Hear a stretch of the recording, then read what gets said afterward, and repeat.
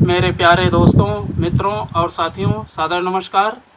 मैं मिस्टर शांतिलाल डनसेना, बड़े डूमरपाली, राबर्टसन, खरसिया, जिला रायगढ़, छत्तीसगढ़, भारत से हूँ। मित्रों, अगर आप हमारे इस YouTube चैनल वीडियो को देखते हैं तो मैं आपको हृदय से आभार व्यक्त करते हुए मैं आपको धन्यवाद देता हूँ और सादर सलाम करता हूँ। मित्रों, अगर आप पहली बार देख रहे हैं हमारे इस YouTube चैनल वीडियो को तो प्लीज़ सब्सक्राइब ज़रूर कर दें, बेल आइकन को भी क्लिक कर दें, ऑल ऑप्शन का चयन कर दें और शुरू से अंत तक ज़रूर देखें, सुने और कुछ समझने लायक है तो समझने का भी प्रयास करें और अच्छा लगे, मन कहे, उचित लगे तो एक लाइक आप हमें ज़रूर दें। मित्रों, अगर कोई विशेष सूचना देनी है, संशोधन करनी है तो आप हमें कमेंट बॉक्स पर सूचित करके हमें मार्गदर्शन भी दें। मित्रों, मनुष्य के जीवन में हर प्रकार के विपत्ति आती है, परेशानी आती है और समस्याएं भी उलझी रहती हैं। इनका समाधान करने के लिए व्यक्ति को व्यक्तित्व का निर्माण करना पड़ता है। यदि व्यक्ति निर्माण में व्यक्ति संलग्न रहे तो जीवन के परम लक्ष्य को भी प्राप्त कर सकता है और जो विपत्ति है, समस्या है, परेशानी है, उसको भी जीत सकता है। अगर विपत्ति को जीतना है तो श्रेष्ठ भावों का विस्मरण करना पड़ता है, अच्छे विचारों का संशोधन करके अपने जीवन में लागू करना पड़ता है और श्रेष्ठ सद्भावनाएं और उचित प्रेरणाएं प्राप्त करनी पड़ती है।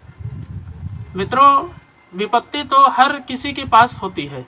परेशानियां जो है कोई भी हालत में किसी भी व्यक्ति को नहीं छोड़ती है। मनुष्य के छाया की तरह है, हमेशा वो साथ में रहती है। उसको साथ में रख करके अपने विचारों को परिशोधन करना अत्यंत आवश्यक है, क्योंकि विचार परिवर्तन से ही समाज का परिवर्तन हो सकता है और विचार क्रांति का अद्भुत समावेश हो सकता है।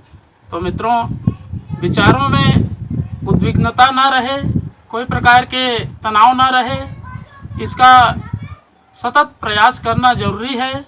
इसके लिए सद्ग्रंथों का स्वाध्याय करना पड़ता है, सद्विचारों का, श्रेष्ठ कार्यों का अनुसरण करना पड़ता है और भविष्य में कोई प्रकार के विपदाएं न घेर पाएँ, इसके लिए सतत सजग रहना पड़ता है। तो मित्रों, विपत्ति को हटाना है अपने जीवन से तो अपने विचारधारा को परिमार्जित कीजिए ताकि आने वाले भविष्य समुन्नत ढंग से बन पड़े। मित्रों, विपत्ति तो मनुष्य का पीछा नहीं छोड़ती है, लेकिन उस विपत्ति से जो लड़ करके, संघर्ष करके, तालमेल बैठा करके आगे बढ़ता है, वही व्यक्ति इस दुनिया का सर्वश्रेष्ठ मानव, महामानव कहला पाता है। तो मित्रों, अगर श्रेष्ठ मानव बनना है तो जीवन में हर प्रकार के उद्विग्नता, झंझट, परेशानी आती है, उसको संपूर्ण तन मन धन दे करके संशोधन करना पड़ता है। तब कहीं जा कर के विचार जो है परिमार्जित होती है और श्रेष्ठ लक्ष्य को प्राप्त होता है।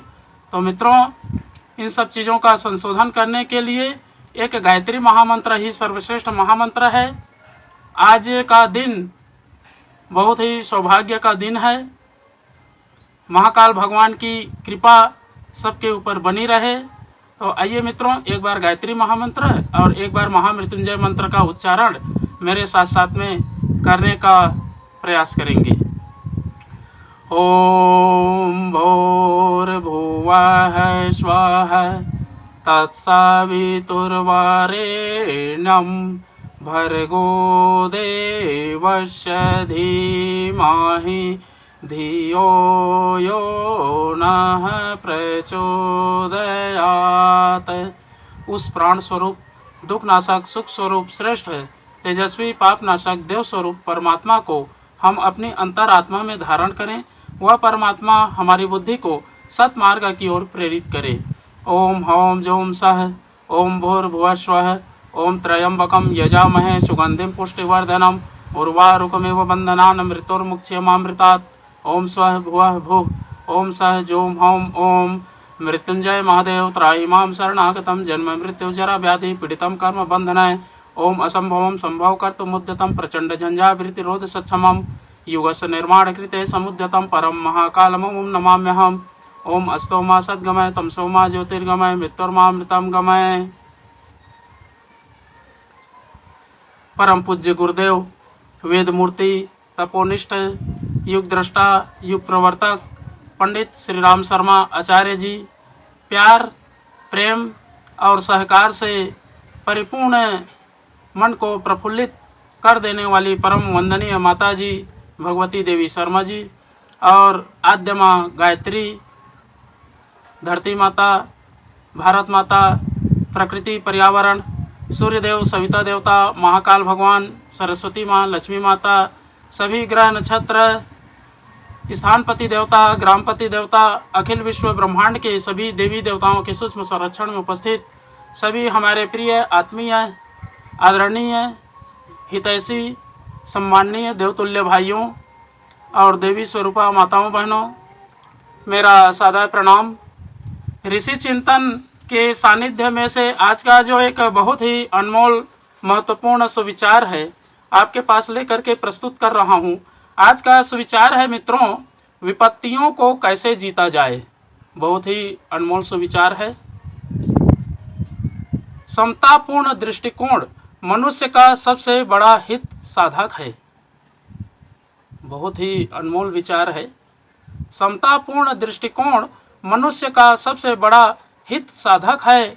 इसकी उपलब्धि मनुष्य को तब तक ही होती है जब तक संसार की प्रत्येक कार्य विधि को ईश्वर की इच्छा मानता है। अनुकूलताओं को गले लगाने और प्रतिकूलताओं से घृणा करने वाला मनुष्य जीवन में कभी उन्नति नहीं कर सकता। संसार में एकमात्र अनुकूलताओं की आशा लेकर चलने वाले मनुष्य को विफलताओं की मरुभूमि में भटकना ही पड़ेगा। अपने संपूर्ण मन मस्तिष्क से जो अनुकूलताओं का ही उपासक बना रहता है और प्रतिकूलताओं के लिए जरा भी स्थान नहीं रखता, उसे यथा संभाव्य प्रतिकूलता के अवसर पर विचलित होकर अस्त व्यस्त हो जाने के लिए सदैव प्रस्तुत रहना चाहिए। अनुकूलता में प्रसन्न और प्रतिकूलता में रोने वाले व्यक्ति झूले की तरह आगे पीछे जाते हुए एक ही स्थान पर रहते हैं। ना वे आगे बढ़ पाते हैं और ना उन्नति कर पाते हैं। मित्रों, संसार के प्रत्येक घटनाक्रम में ईश्वरीय आदेश का दृष्टिकोण रखकर ही अपना कर्तव्य करते रहना चाहिए। खिन्नताओं, व्यग्रताओं, भयों और विषादों से मुक्त रहकर जो प्रत्येक परिस्थिति में परिपूर्ण रहकर कार्य करता है वह अवश्य उन्नति के शिखर पर पहुंचता है। यह अहेतुक प्रसन्नता का दृष्टिकोण ईश्वर में अडिग विश्वास और संसार के प्रत्येक क्रियाकलाप को उसकी ही इच्छा समझने से उपलब्ध हो सकता है। बहुत बहुत धन्यवाद मित्रों। अगले बार नए विचारों के साथ में नए वीडियो लेकर के आपके पास फिर प्रस्तुत होंगे। सादर नमस्कार।